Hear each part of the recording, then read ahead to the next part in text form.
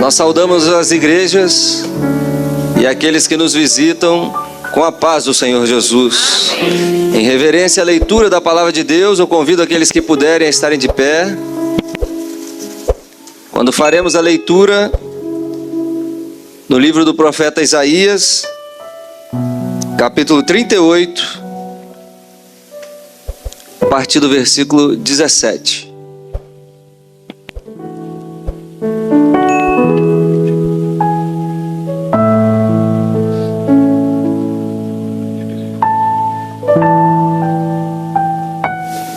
Isaías, capítulo 38,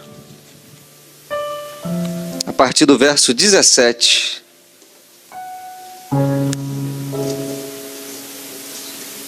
Assim nos diz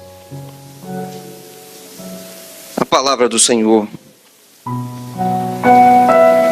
Eis que para minha paz eu estive em grande amargura, tu, porém, tão amorosamente abraçaste a minha alma, que não caiu na cova da corrupção, porque lançaste para trás das tuas costas todos os meus pecados.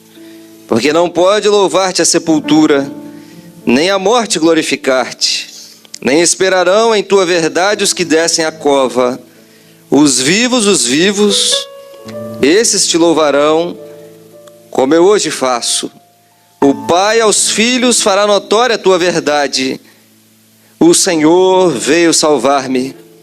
Pelo que, tangendo eu os meus instrumentos, nós o louvaremos todos os dias da nossa vida na casa do Senhor.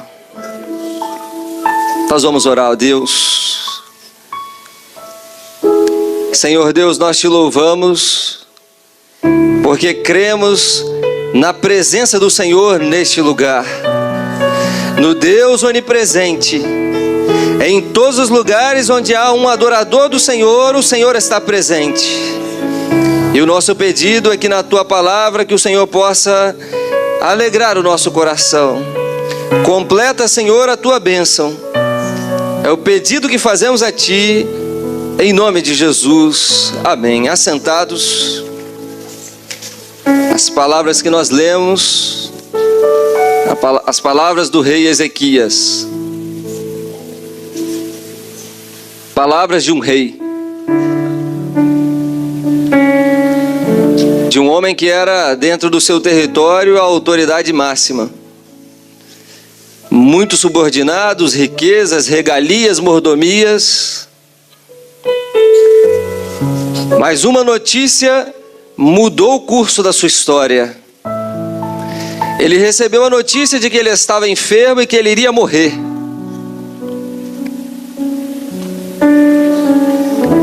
E se há uma notícia que iguala todos os homens, se há uma notícia que torna todos iguais, não importa as riquezas, a posição social, o cargo que ocupa, a autoridade que exerce, é a sentença de morte. E diante disso, o rei, a autoridade que ali estava, ele se viu sem chão, sem nada. E muitas vezes, pode ser que em muitas das nossas igrejas existem pessoas que durante esta semana, esse mês, receberam muitas notícias que te deixaram sem direção, sem rumo. Todo o patrimônio que eu construí não vai valer de nada.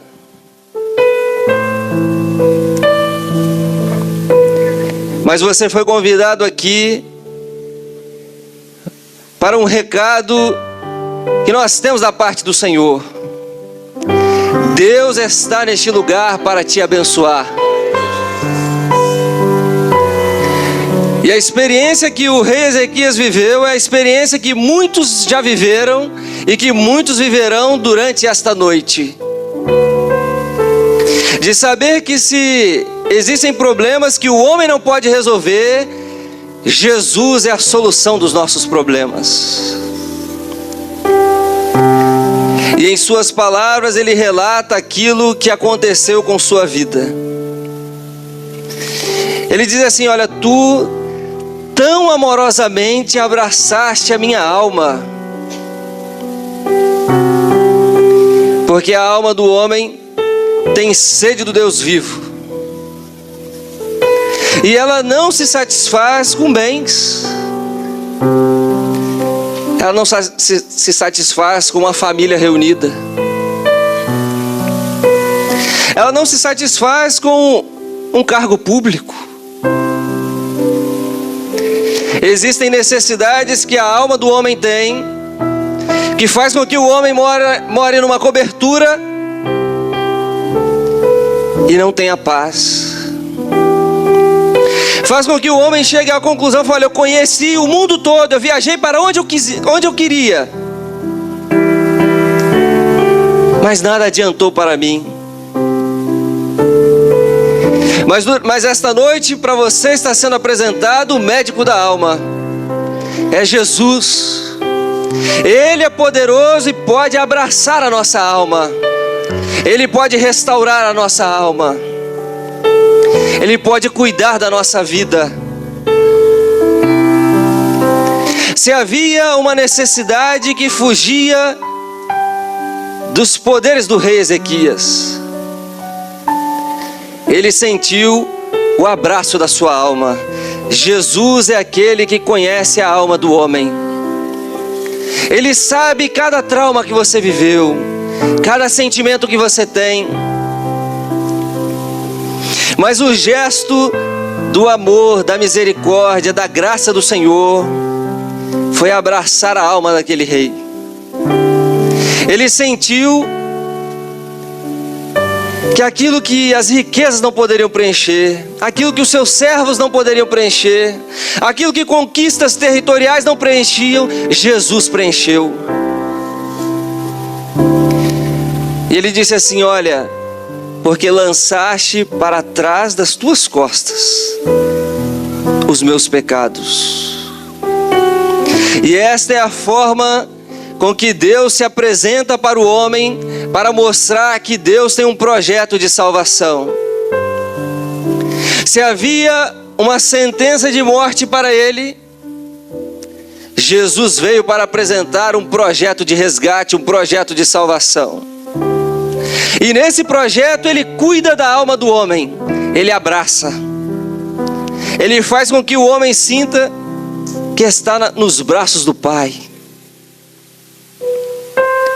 E ele lança para trás dele todos os nossos pecados. Ele é o único que pode fazer isso, porque ele desceu da sua glória e se apresentou como uma ovelha muda para ser sacrificado no nosso lugar. Por isso que o rei, quando inicia a sua fala, ele diz assim: eis que para a minha paz eu estive em grande amargura. Duas expressões que parecem ser tão antagônicas, mas que são reais dentro do projeto de salvação de Deus. Porque a aflição, a amargura, a tristeza de alma vem quando o homem sabe que ele está perdendo vida. E se há um elemento na vida de todos os homens da face da terra, este elemento é o pecado. O pecado entrou, e desde então o homem conta os seus dias para a morte. Traz amargura. Mas o Senhor deixou um projeto de salvação e deixou uma lei estabelecida. Para que houvesse perdão, era preciso ter derramamento de sangue.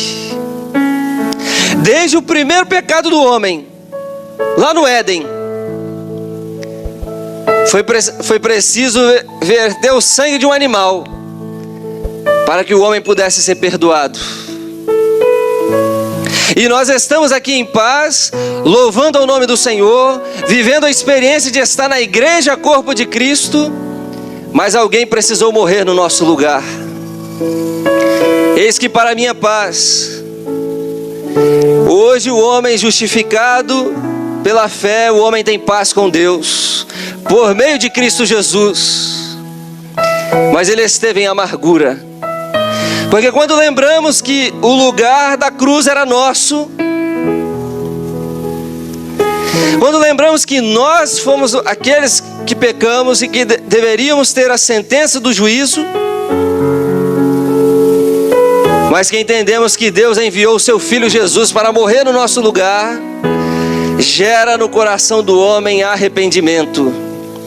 Era para mim, mas Jesus veio salvar-me. O castigo, a sentença, era para mim, era para você. Mas Jesus tão amorosamente abraçou a nossa alma. E no sacrifício da cruz, Ele comprou cada um que aqui está, cada um que está ouvindo esta palavra. Jesus se apresentou para ser o nosso Salvador. Dois gestos que mudaram a história do rei Ezequias, e dois gestos proféticos que mudam a história de qualquer homem que reconhece que Jesus é o nosso Salvador. Ele veio para abraçar a nossa alma. Observe os irmãos que em nenhum momento Ezequias apresentou uma glorificação pela cura que ele teve, porque o projeto de salvação do Senhor é muito mais do que uma cura. Porque aqueles que têm longevidade vão viver até 100 anos, 110 anos. Mas Jesus veio para apresentar vida eterna. E o louvor do rei Ezequias, a palavra do rei Ezequias, é porque ele entendeu isto. Ele abraçou a alma e lançou para trás dele os seus pecados. O inocente, o homem perfeito, o pastor amado, ele não se importou em colher cada um dos nossos pecados e levar junto dele na cruz, para que hoje em paz, com a alegria da salvação, pudéssemos glorificar ao seu nome. E o rei Ezequias diz assim: Ele veio salvar-me. Foi um ato de Deus. Nós aqui não somos bons, nós aqui não somos melhores do que qualquer uma outra pessoa, mas nós somos alvos da misericórdia de Deus, do favor do Senhor. E ele diz assim: pelo que tangendo eu os meus instrumentos. E aí ele passou a desfrutar e a viver dos instrumentos que ele tinha nas mãos. Nós o louvaremos. Cada um que aqui está já viveu ou pode viver hoje a experiência de salvação. Cada um que aqui está, o Senhor está se encontrando nesta noite. O Senhor não vem salvar por atacado. Ele conhece o adolescente que está aqui na frente e conhece o varão que está no último banco. Ele conhece as pessoas que estão nesta igreja e os que estão do outro lado do mundo. Mas Ele veio salvar cada um de nós, para que cada um pudesse tomar o seu instrumento. E aí juntos, nós o louvaremos, porque o Senhor veio salvar a cada um. Mas Ele está formando uma igreja, Ele está formando uma congregação, não uma denominação religiosa, mas Ele está formando um povo que Ele separou, que Ele justificou, que Ele marcou, que Ele selou, para que possa louvar o seu nome todos os dias. A nossa expressão de gratidão ao Senhor, porque Jesus é tudo para nós.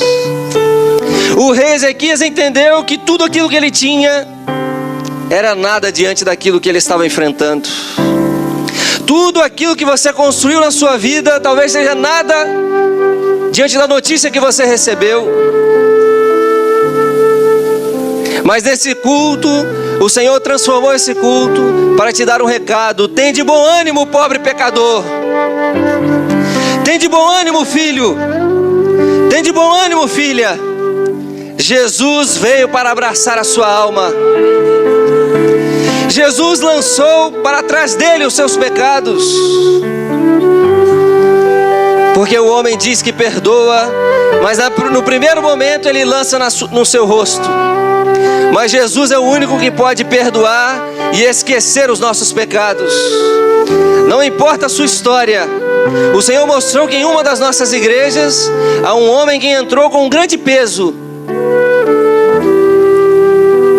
O peso de todas as coisas erradas que ele fez em sua vida. E a aflição de que um dia ele pode morrer impede dele viver. Ele não busca mais nada na sua vida. Ele não consegue construir mais nada. Pelo medo da morte. Mas a ti, homem, Jesus quer abençoar nesta noite. Ele quer abraçar a sua alma. Ele está dizendo que está lançando para trás dele os seus pecados, para que você possa cantar louvores ao Senhor. Queridos e amados visitantes,